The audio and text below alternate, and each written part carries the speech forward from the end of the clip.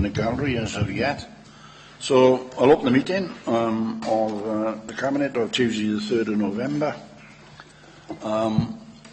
First item is the minutes of the meeting, which is page 5, page 6, page 7, page 8, page 9, page 10, page 11, and that's it. Somebody move the true record? Don't all speak at once. Somebody move the true record? Right, thanks. I'll show then. Thanks very much. Right then, action 5 is the action sheet, Chief Executive. Yes, thank you, Chair. They're there for information unless members have any questions. Right, thanks for that. Item 6 is the appointment of, again, this is down to size 6 forms. Appointment of the 4 people, appointment of the Archives Committee. And that is Neil Waite is replacing Andy Hunt on the Archives. All agreed? Sure. Thanks very much. Now then, the next item, which is item 7, is the Q2 financial forecast. This is Dave Lilly. Over to you, Dave. Good, thanks, Leader.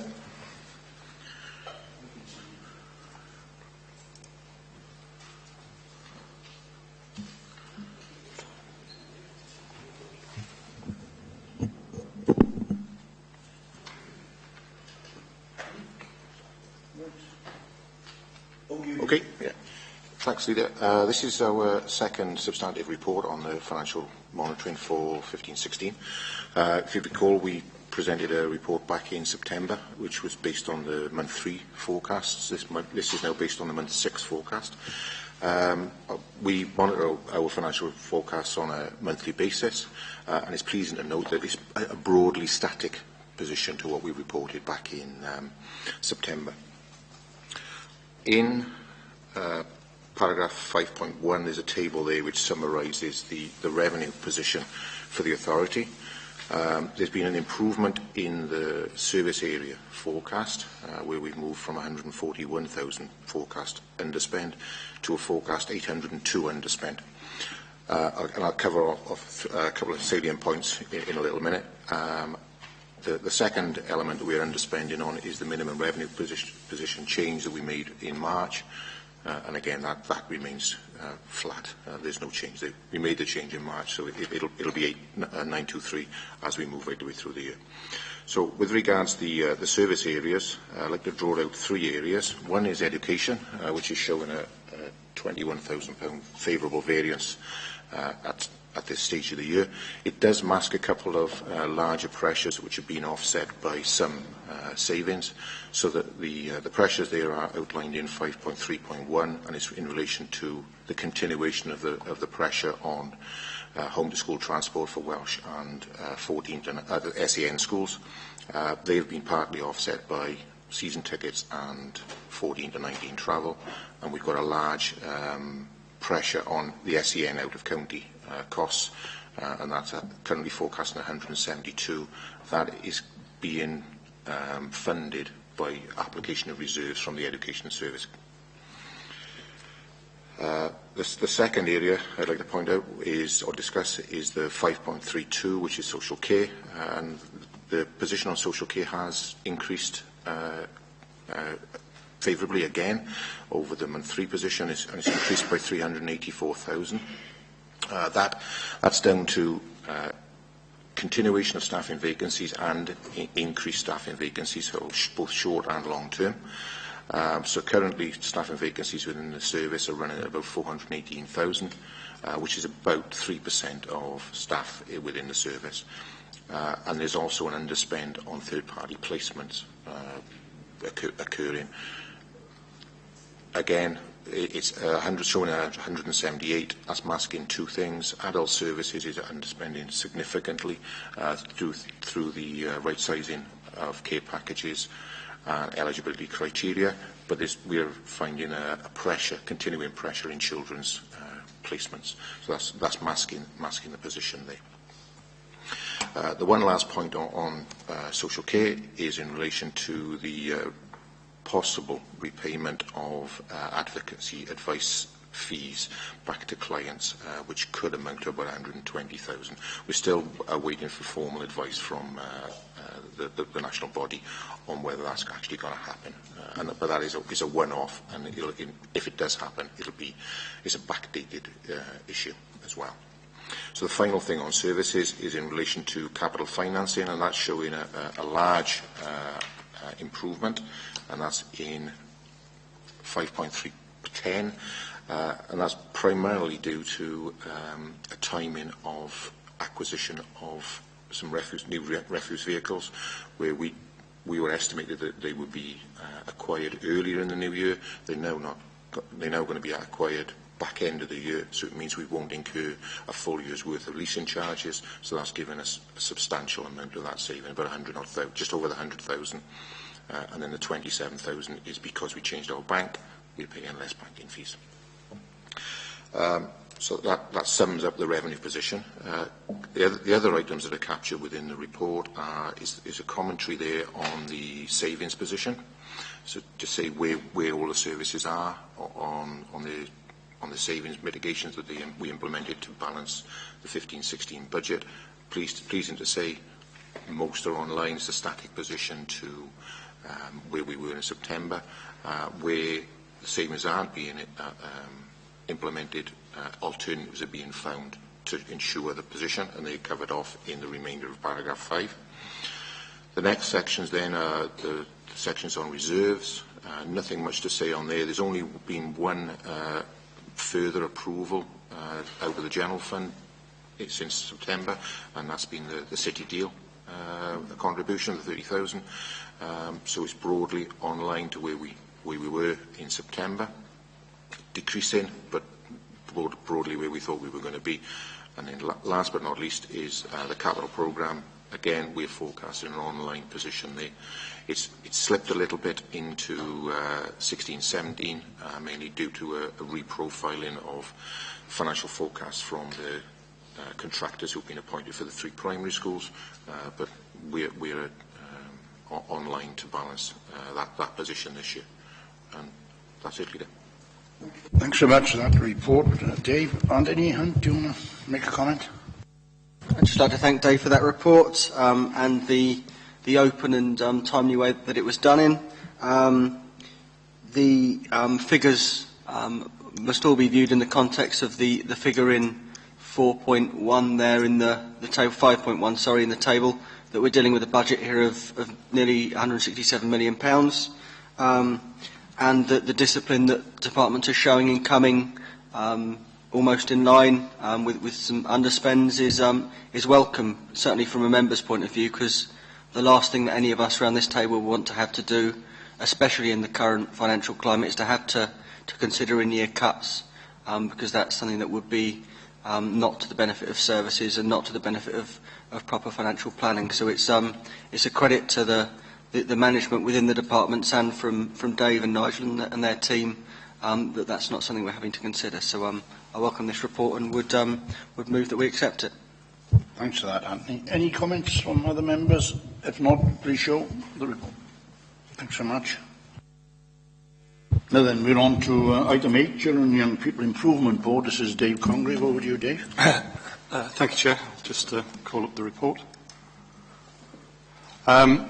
So just by way of positioning this report, I thought I'd talk about 3 key messages, and then we won't go through all the detail of the report, just focus on a few key paragraphs. The 3 key messages, I think, for us to focus on are the fact that this report deals with 4 separate grants that we get from Welsh Government. All of those grants come in, which is the second key message. So those 4 key grants are Communities First, Flying Start, Supporting People, and Families First. And all those 4 grants try to help the local authority implement Welsh Government policy around reducing the impact of poverty and helping families deal with their own problems. So that's the first key message. The scope of this report is around those 4 separate grants. The second key message, I think, for members just to embed is that currently we get those grants at slightly different times, in slightly different ways, and in slightly different terms and conditions. And actually what we're going to experience over the years ahead actually is that we will also get some change in the amount that we receive. And then the third key message, really, which is the key to this report, is that recognising that that is the case with the Welsh Government system at the moment, all this report is seeking to do is to build on the goodwill that officers and members are already got in place, really, which is making sure that we have a more systematic approach to planning what we do and what we fund from those 4 separate places, and trying to do that planning in one place and make sure that it makes a coherent whole when we're looking at dealing with things that are as complex as poverty and early intervention and support. So that's really what the report is about. There's a lot of detail in it, but I'll only pick out a few key paragraphs if I can, Leader. First of those, I think, is just to rehearse what's said in 3.5. So the scope of this really is around communities first, flying start, families first, and supporting people. So although Welsh Government see those as 4 ways in which they are tackling poverty collectively, they still see them as separate, not related in terms of their approach. Despite the significance of those programmes in 3.6, we recognise that Welsh Government will be reducing, as it is doing on most of its other areas of work, the expenditure that it makes on grants. So we know that we will get less of that grant aid. We don't know exactly how much less, and we don't know exactly which part there'll be less funding towards, but we have been asked, for example, to give the implications of a 10, 20 and 30% reduction on communities first. So one part of that system we think is going to be under, or could be under, fairly significant pressure. Because that's the case, then if I take you to 5.1,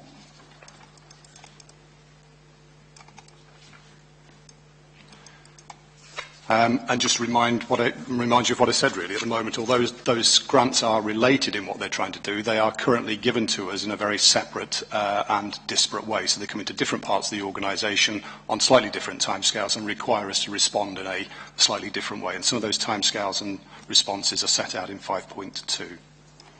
5.3 just sort of reminds us that actually we have got very good collaboration in a local authority like Torfaen. I think it's one of our strengths, actually, that members and officers plan well together, even though they are not structurally required to do so. So actually we've got very good arrangements in place across the early intervention and prevention programme, which Scrutiny and Overview has just looked at, which means that we've got a fairly good feel for how we can align better between things like communities first and families first. So there's work to build on there, which I think is very positive.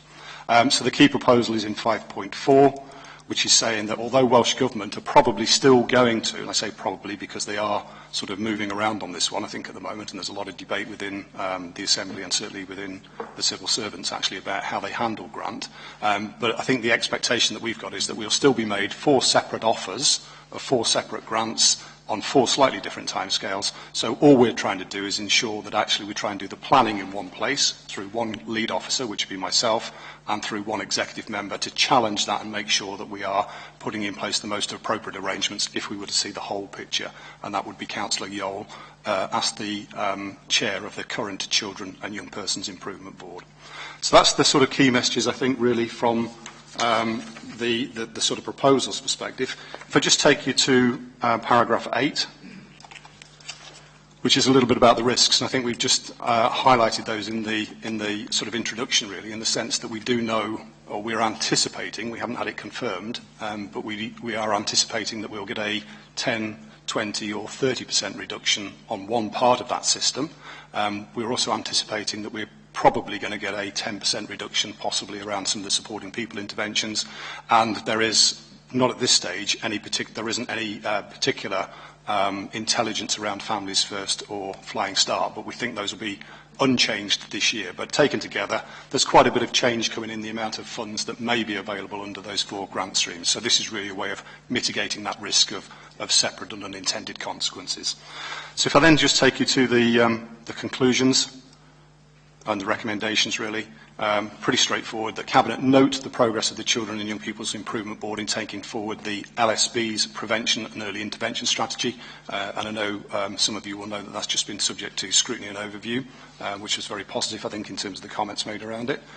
That Cabinet note the relationship between prevention and early intervention and tackling poverty, and the potential for better integration and collaboration, which are 2 of the tests of the Future Wellbeing Generations Act, to improve outcomes. So essentially that's saying that we recognise that through earlier intervention we will get better outcomes through tackling poverty as well as actually helping family support. And then we move on to the actions that Cabinet are required. In there, you're asking me, as the lead director, to continue the dialogue with Welsh Government officials with a view to seeking a more integrated grant offer, because taken together, those 4 separate programmes contribute £9 million a year into Torfaen. So if we could get them perhaps a little bit more rational from Welsh Government's end of things, it would help with our planning here as well.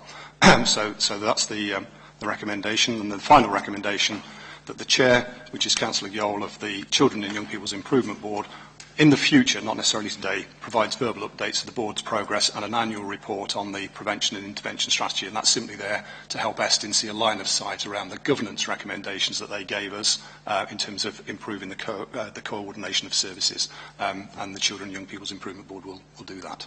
So I'll leave it there, Leader. Thank you. Thank you, Dave. A very complex but worthwhile exercise, isn't it? I know that other authorities are doing it as well. Right, over to you, Dave. Well, I'm eternally grateful at the outset for the last comment that Dave Congreve made, and that is that he didn't expect me to respond today. But certainly I think it's a fantastic idea. It rationalises a disparate situation. It goes to the root of which is a byproduct. It's not something that is there by design, I'm sure, but it does go to the root of certain views that are held by Estin in terms of how we do business, and certainly in some sense goes to the root of one of the recommendations, 5 recommendations, that is rationalising our partnership arrangements. This is a good illustration of that in practice, because we have reduced over the last couple of years the degree to which we identify different partnerships. We've reduced that down. We are now working more collaboratively. This particular piece of work rationalises, as I said earlier on, a lot of disparate ends. I recommend it. I think a tremendous amount of effort and work has gone into this report by Dave and others. I commend it to you, and I'm sure that we would all support this as a fantastic idea. Anybody else?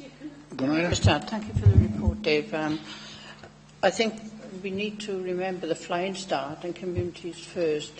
Flying Start postcode, Communities First only serve a part of the area. So I welcome this report. I think it's long overdue, because if we are duplicating anywhere through any of the services, this will certainly highlight that. So I would certainly support the report. Right, thanks for that. Anybody else? If not, then all agree the recommendation? Sure. Thanks very much. Thank you. Dave, I think you're still here. This is item 9, which is the decision on the allocation of third sector grants. Yeah, thank you, Leader. This is just straightforward, sort of fairly annual process for Cabinet. It only appears on your agenda because constitutionally we need Cabinet approval to set up an advisory committee or an advisory group of people with whom the executive member with responsibility for making decisions on the third sector grants that sit in the community services budget should consult. So it's an optional report, but the recommendation is in paragraph 3.1. That Cabinet approves the proposal to appoint up to 4 other members with whom the Executive Member for Communities must consult prior to making the decisions on the allocation of third sector grants. Thank you, Dave. And the 4 members are Anthony Hunt, Jess Powell, Stuart Ashley and Jeffries. All agree with the recommendation? Thanks so much. Now then, on to item 10, which is South and Mid Wales Collaborative Construction Framework.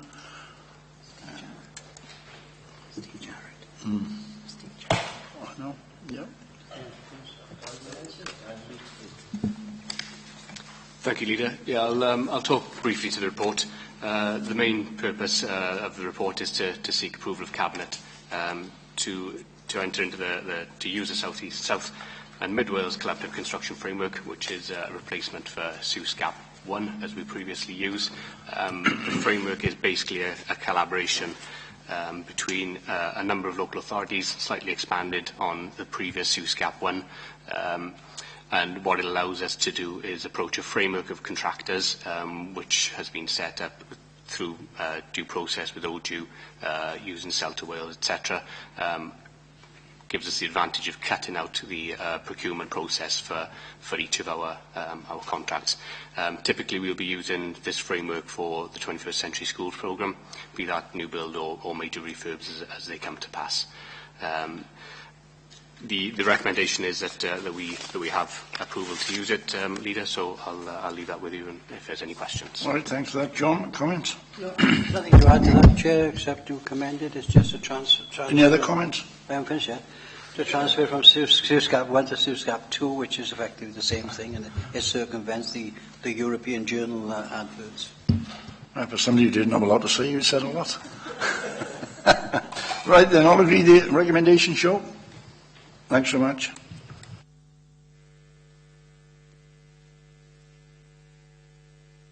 Which is disposal of land.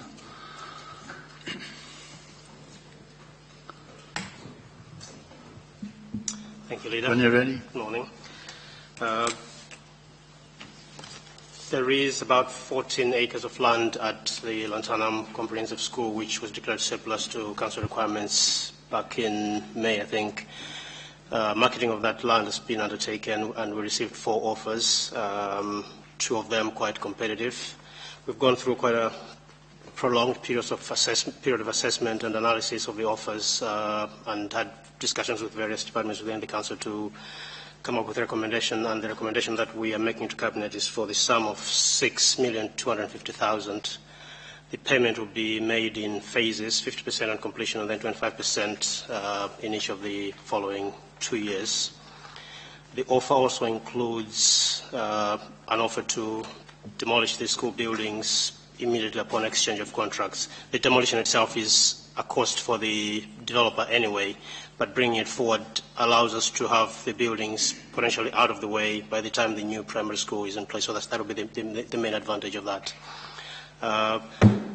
There is a fairly competitive offer that was received as well, which is on aggregate is marginally lower than the one that we're recommending, and that would have made a full payment on completion. However, the difficulty that we had in choosing which one to go with is that we have a number of other transactions with the same bidder who had the underbid, and it just felt too risky to have too many of our significant capital receipts relying on one entity, and that's the reason why we're recommending this particular one in this case. So the recommendations of the report are 12.2, which is to accept this offer subject to contract, to also accept the element of the offer relating to the demolition of the school buildings, on the understanding that it is the buyer's cost, but if the sale did not go ahead for whatever reason, then this money would be reimbursable to the developer if the demolition would have been done.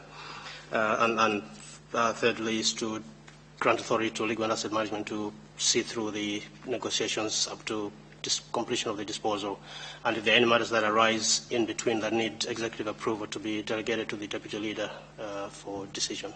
Thank you. All right, thank you for that, Victor. Any comments? All agree report, Joe? Yeah.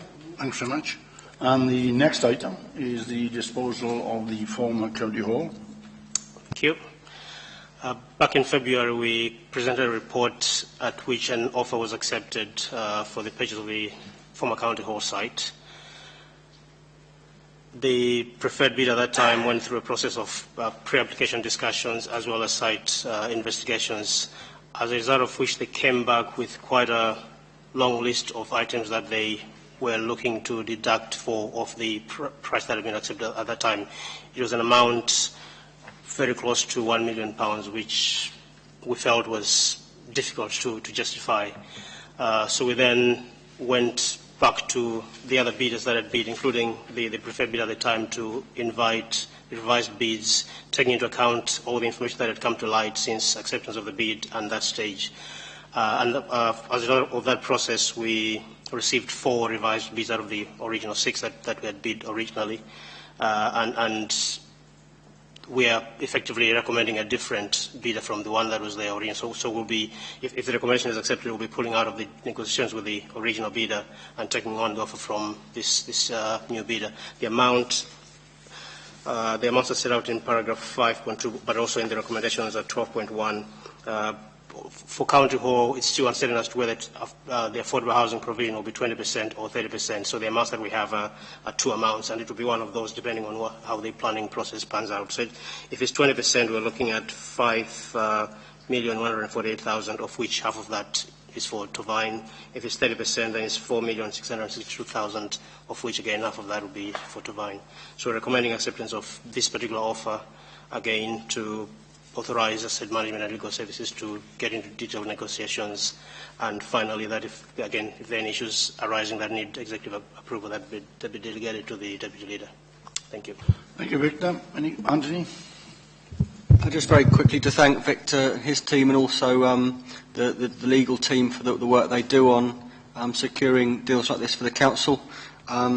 It's good in this case to show that people who win bids can't just lower, and we keep taking it that I think we've done the right thing here in going back out to see what the market said, and in this case it's come back up with a bid that gives more money for the council. The other thing I'll always say in these circumstances is that our money doesn't just go into back into undesignated pots of council money. This is all already designated to be used for building schools and improving our school buildings. So that's well worth pointing out. But thank you to Victor for the report. Right, yeah, I agree with that, and thank you for being so competitive. People can't take us for granted. Any other comments? If not, all agree with the report. Sure. Thanks for that. Thank you, Victor. Now then, I think it's pink papers, Linda? Yes, so the video can go off now. You just have to make the declaration. Yes.